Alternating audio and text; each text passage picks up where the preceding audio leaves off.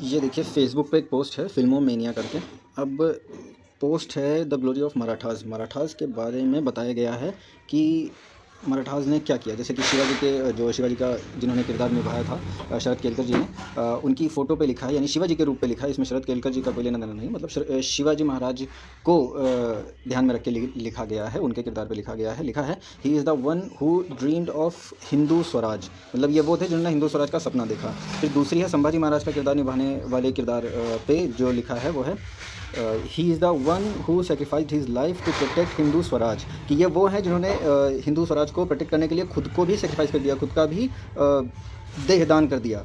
और तीसरी फ़ोटो है जिन्होंने बाजीराव महाराज जी जो थे उनका किरदार जिन्होंने निभाया था, उनके किरदार पे लिखा है he is the one who spread Hindu Swaraj all over India. ये वो थे जिन्होंने हिंदू स्वराज को पूरे भारत में फैलाया, पहुंचाया।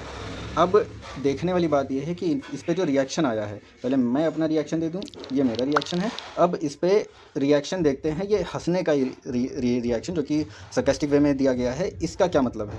चलते हैं लाइक्स पे चलते हैं। कमेंट क्या है मैं उस पर ज़्यादा नहीं जाऊँगा, वीडियो लंबा होगा। वीडियो खींचना मेरा मकसद नहीं है, मेरा मकसद है हकीकत दिखाना।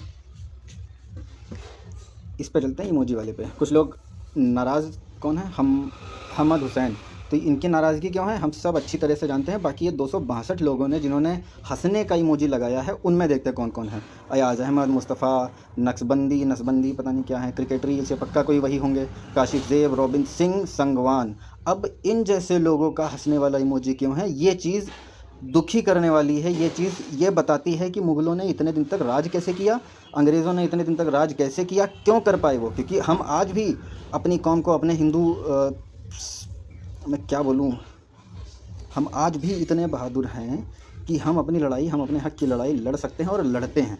लेकिन कुछ इन जैसे लोग, अयाज अहमद क्यों नाराज़ हैं, क्यों हंस रहे हैं, इनकी तो बात समझ में आती है। मुस्तफ़ा नक्शबंदी, हालांकि नक्शबंदी लिखा हुआ है, लेकिन काश नसबंदी इनके पिताजी की हुई होती तो कम से कम ये ना होता। क्रिकेट रील्स ये कौन से हैं वही बताए। क्रिकेट रील्स के भी अंदर जाएंगे तो हरी जैकेट दिख रही है, हरी सदरी दिख रही है मुझे दूर से, तो शायद ये पाकिस्तान होगा या कुछ भी। उससे मुझे लेना देना नहीं, हो सकता है ये पाकिस्तान की हो तो पाकिस्तान वाले सपोर्ट करेंगे मुझे, उससे नहीं। ये रॉबिन सिंह संगवान और शांति रेड्डी, इन जैसे लोगों को हंसने की क्या ज़रूरत थी इस पोस्ट पे, वो चीज़ मैं आपको दिखाना समझाना चाहता हूँ। एक बार चलते हैं रॉबिन सिंह संगवान।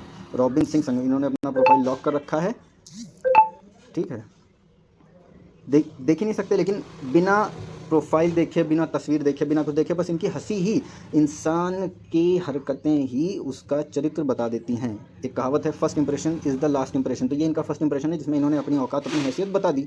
दूसरा है शांति रेड्डी, इन्होंने भी अपना लॉक कर रखा होगा, हाँ कर रखा है, नहीं खुलेगी। तो ऐसे लोग, जो लोग हंस रहे हैं उनका तो समझ में आता है, लेकिन ऐसे लोग अगर हंस रहे हैं, अगर हिंदू होकर के हिंदू पे हंस रहे हैं, तो ये क्या चीज़ है, ये बात आपको समझनी पड़ेगी। ऐसे लोगों से सावधान रहना पड़ेगा। मैं बहुत सारी पोस्ट देखता हूँ और मैं उन पे भी आप लोगों को सच्चाई बताने की कोशिश करूँगा, ठीक है। हालांकि मैं इकलौता नहीं हूँ, मेरे जैसे बहुत से लोग हैं जो जगाने की कोशिश कर रहे हैं। नसीर अफरीदी, आज सैफ़ी, शफ़ी, प्रज्वल बस्ती सिन्हा, अब ये क्यों हंस रहे हैं ये बात समझ में। विंडी जाधव, हैदर अब्दुल्ला क्यों हंस रहे हैं वो तो समझ में आता है, लेकिन विंडी जाधव और ये सिन्हा साहब, क्या है ये, जयपुर, कोलकाता, राजस्थान,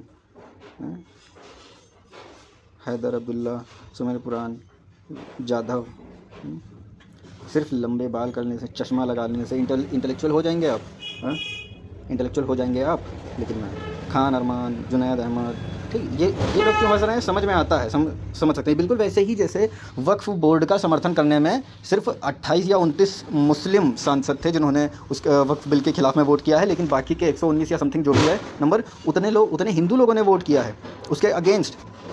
तो आप समझ सकते हैं कि हम मुग़लों के ग़ुलाम क्यों रहे और अंग्रेज़ों के ग़ुलाम क्यों रहे। अगर इतने में भी आपको समझ में नहीं है तो मैं आपको समझाने की ठान चुका हूँ, बीच में मुझे गाली खानी पड़ेगी, मैं खाऊंगा, मुझे कुछ भी करना पड़ेगा, मैं करूंगा, लेकिन आपको जागरूक करने के लिए जो मेरे से हो सकेगा मैं वो करूंगा। और बहुत से मेरे भाई बहन जागरूक हो रहे हैं। तो ये अब आपको समझना पड़ेगा कि ऐसा क्यों, वाई, WHY, वाई।